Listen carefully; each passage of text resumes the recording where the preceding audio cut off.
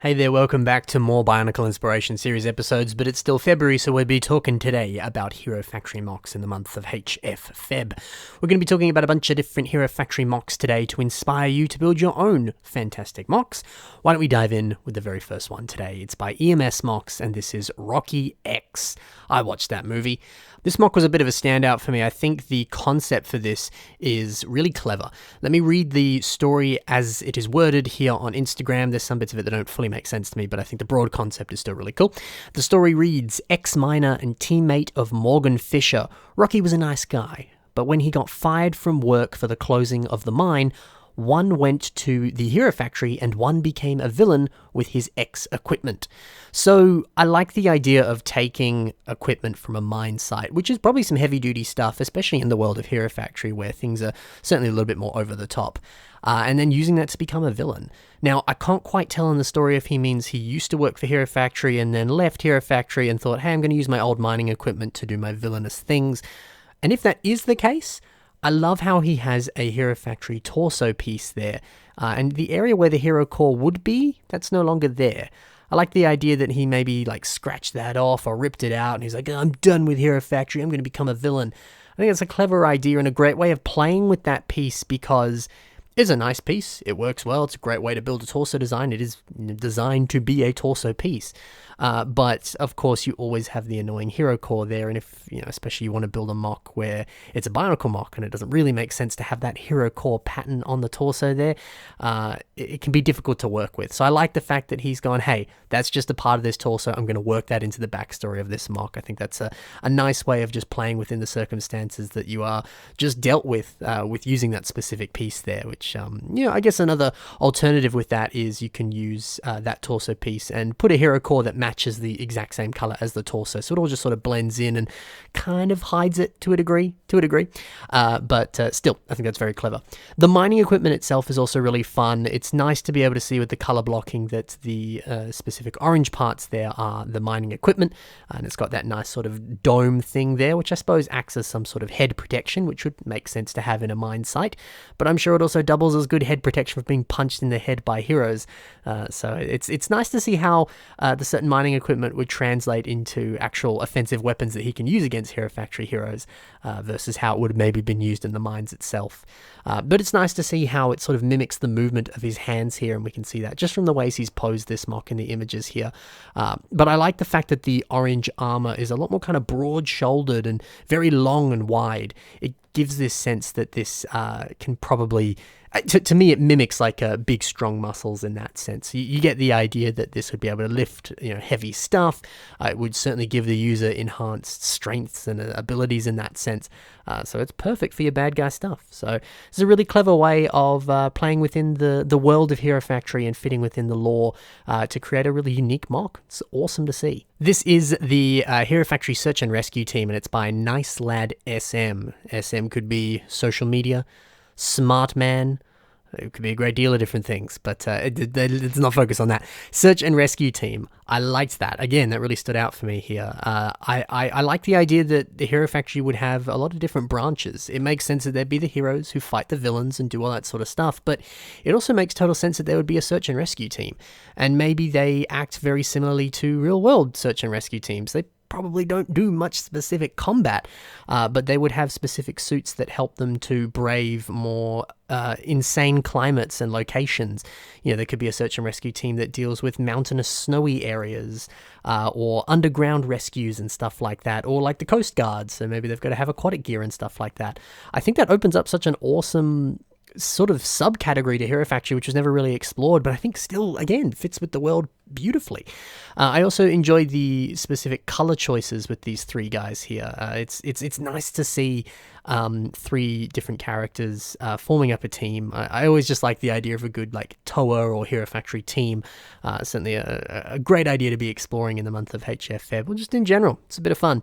But these different color schemes here, I think they're nice because they, to me, remind me of the different uniforms uniforms or color schemes that you see on like search and rescue helicopters or the people who do the searching and rescuing. So, specifically like the red and the black and the strong bright yellow colors and stuff like that, it just makes sense. So some nice color choices there, that's for sure. I do like this one here who has the prosthetic limb. I like the idea that maybe just got damaged in battle or something and it had to be removed. They were an amputee in that sense. And it's a nice way of just spicing up the mock a little bit, making it a little bit more interesting and reflecting the real world. So it's a really nice idea there. I also like the drill arm on this guy here too. It makes sense, like I was saying, maybe he is tasked to, explore rocky terrain in areas like that, and he's got to drill away debris to save someone from being trapped under the rubble and stuff like that. And then this guy here who has this interesting like scope mask thing. I could see that being used to, scan different terrain and search for, weak points or areas where, hey, if we walk over this, we're also going to fall into the rubble or get trapped where the person we've got to rescue is, all sorts of stuff like that. Or they're just analyzing like, there's some footprints on the floor here. Looks like the tiger ran away with the baby that got kidnapped from the village. Oh no, that's awful. That sort of stuff, it's just really fun to explore these and just think of the world that they inhabit and what sort of stuff they'd get up to. I think this is just a wonderfully rich concept for this mock here. It's really cool to see. It's also cool to see these frames for these specific mocks. We can see that it's basically just your typical CCBS frame, but there's a lot of tires that have been used. And tires are so good, especially on Hero Factory mocks, because it's a nice way to kind of fill in some of those gaps in between some of the joints there. And just makes it look a little bit more pretty and a little bit more unique. And don't forget too, you can always invert Lego tires, and then it gives it a different texture. Maybe you don't like the texture that the tire has specifically. There's a bunch of different Lego tires out there. Some are super expensive, some are super cheap, most are pretty cheap and easy to get. And pretty much any Lego set you buy, you're going to get at least 4 of them. So it's pretty easy to get a hold of a good amount of them. And most AFOLs that I know in my local lug barely care about tires. So if you don't have any, I'm sure you could get some very easily. And the possibilities for them are certainly endless on a Hero Factory mock like this. So love this concept. Awesome execution. Nice work. Onto a mock by Voxumo, and this is Witch Doctor. Even on the comments here on Instagram, it says that people are saying like Witch Doctor was always one of the best Titans and one of the coolest Hero Factory sets, and I can certainly agree with that. Love Witch Doctor.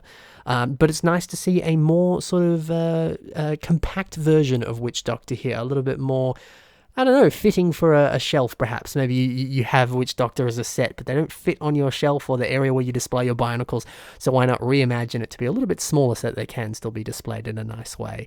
I don't know if that was the specific intention here, but it's something to think about. I mean, that is something that eventually you'll have to run into. You'll eventually run out of space with however much Lego you might have, so does it mean you have to start selling some Lego? Does it mean you have to be using your space in more wise and smart ways? And maybe like this, you just got to build smaller. Who knows?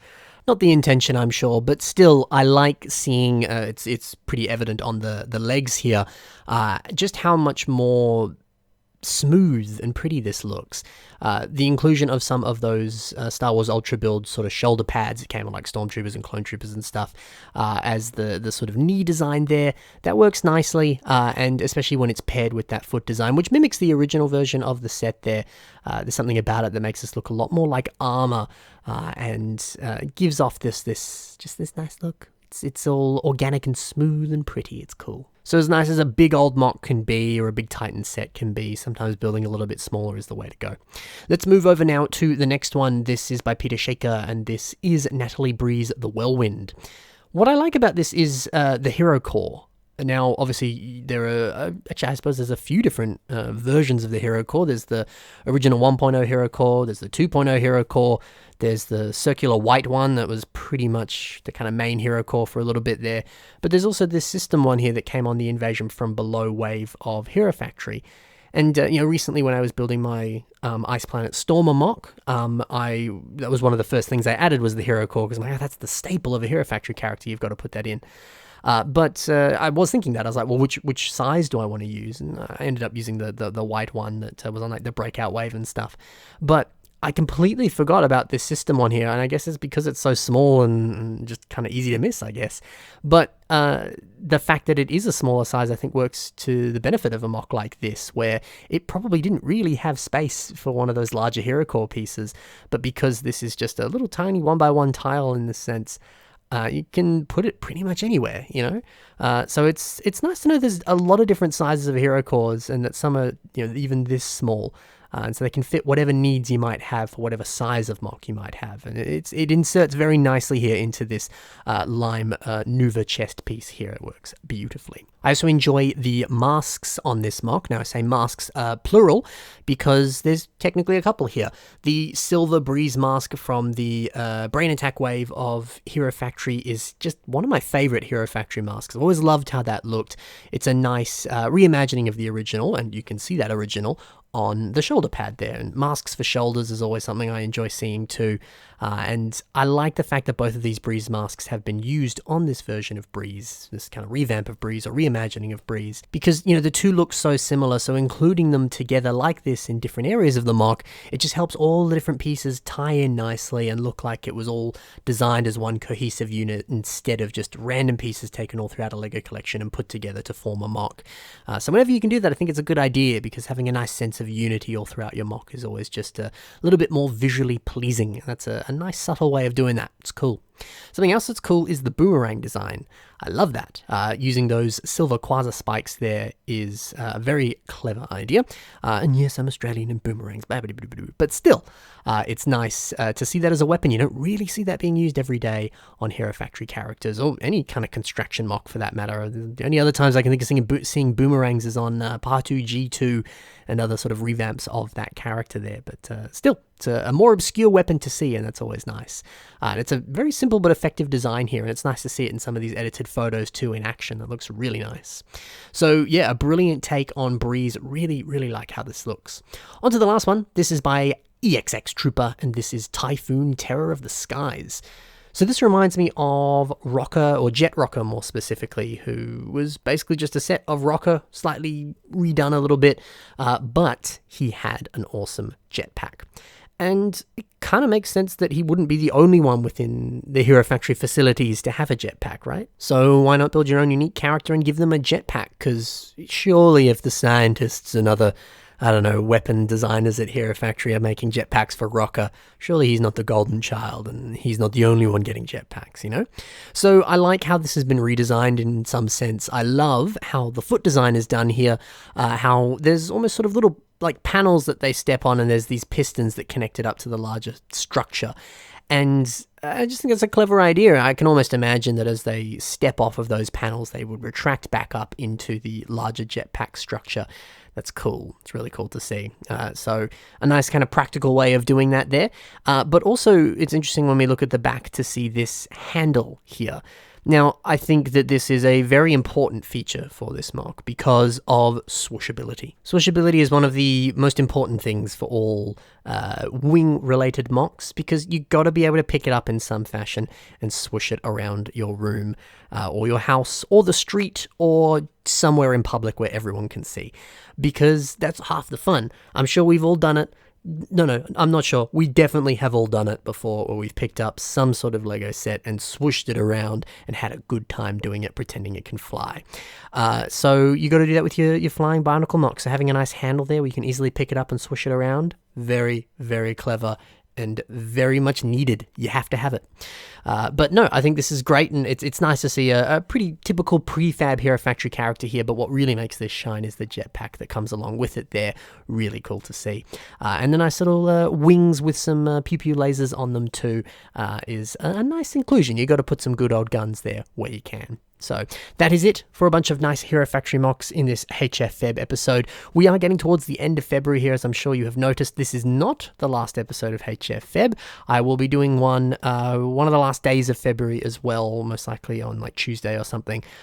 So stay tuned for that. I'm actually about to record it now after this episode, so by the time this comes out, it's already been recorded. But don't you worry, you can still submit your mocks, even if they are Hero Factory related or not, through the submission email that's on your screen right now.